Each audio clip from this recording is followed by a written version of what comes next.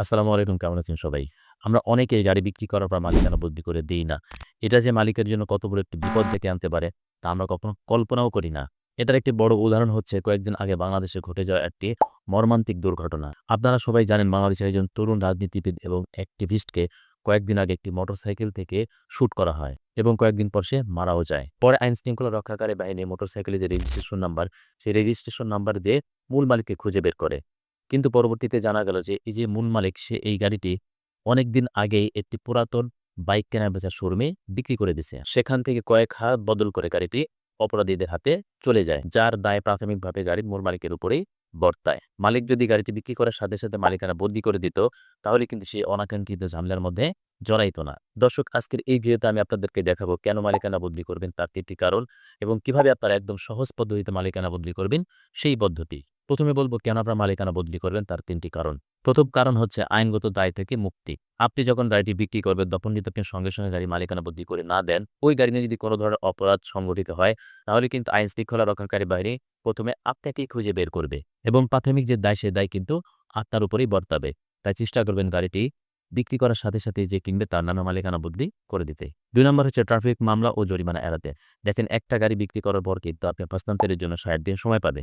অর্থাৎ ৬০ দিন পরে যদি আপনি গাড়ি মালিকানা বদলি করে না নেন, তাহলে কিন্তু ট্রাফিক মামলা এবং জরিমানা আপনাকে নিতে হবে। অর্থাৎ আপনি একটি গাড়ি বিক্রি করার বা কেনার সাথে সাথেই চেষ্টা করবেন গাড়ির মালিকানা বদলি করে নিতে এবং এটা চেষ্টা করবেন ৬০ দিনের ভেতরে যেন এই কাজটা সম্পূর্ণ করা যায়। ৩ নম্বর হচ্ছে ভবিষ্যতে গাড়ি বিক্রি এবং রেজিস্ট্রেশনের সমস্যা এড়াতে। ধরেন আপনি গাড়িটি বিক্রি করছেন এক মালিকের কাছে, সে মালিকানা বদলি না করে অন্য মালিকের কাছে বিক্রি করে দিল। সে আবার আরেকজন মালিকের কাছে বিক্রি করে দিল। এখন যদি এই গাড়িটি মালিকানা বদলি কেউ করতে চায়, অর্থাৎ সর্বশেষ যে মালিক, সেই যে গাড়িটি মালিকের মালিকানা বদলি করতে চায়, তাহলে কিন্তু ১ম যে মূল মালিক, সেই মালিকের কাছে তাকে যেতে হবে। অনেক সময় কিন্তু একজন মালিক বিক্রি করার পরে আরেকজন মালিকের কাছে যদি বিক্রি করে দেয়, তখন কিন্তু মূল মালিক মালিকানা বদলি করে দিতে চাইবে না। এই কারণে আপনারা চেষ্টা করবেন যতবার গাড়িটি হস্তান্তর হবে বা মালিকানা বদলি হবে, সঙ্গে, সঙ্গে বিআরটিএ থেকে মালিকানা বদলি করে নিতে।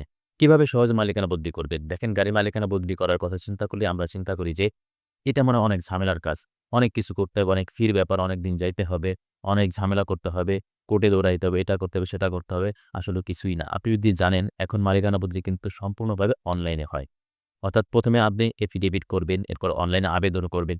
কিভাবে অনলাইনে আবেদন করতে হয় একবার ফার্স্ট থেকে লাস্ট পর্যন্ত আমার একটা ভিডিও তৈরি করে দেওয়া আছে ইউটিউব চ্যানেল এবং ফেসবুক পেজে।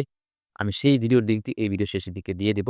আপনারা যদি কেউ অনলাইনে কিভাবে মালিকানা বদলির আবেদন করতে হয় না পারলে সেই ভিডিও দেখে, দেখে আপনারা আবেদন করে নিবেন। অনলাইনে আবেদন সম্পূর্ণ হয়ে গেলে পরে আপনারা আপনাদের যে বিএসপি অ্যাকাউন্ট মানে যেভাবে আপনারা অনলাইনে আবেদন করবেন সেখান থেকে কিন্তু একটি অ্যাপয়েন্টমেন্ট ডেট নিতে পারবেন। ওই অ্যাপয়েন্টমেন্টে গিয়ে ক্রেতা এবং বিক্রেতা এবং গাড়িটি হাজির করলে গাড়িটি পরিদর্শন করাবেন এবং যে বিক্রেতা তার ফিঙ্গারপ্রিন্ট দিলেই কিন্তু মালিকানা বদলির সম্পূর্ণ কাজ শেষ হয়ে যাবে এবং আপনাকে সাময়িকভাবে চলার জন্য একটি অ্যাকনোলেজমেন্ট স্লিপ দিবে। সেই স্লিপটি নিয়ে কিছুদিন চলার পরে কিন্তু আপনার বায়োমেট্রিকের জন্য, অর্থাৎ যে বর্তমানে গাড়িটি ক্রয় করবে তার নামে বায়োমেট্রিক দিতে হবে।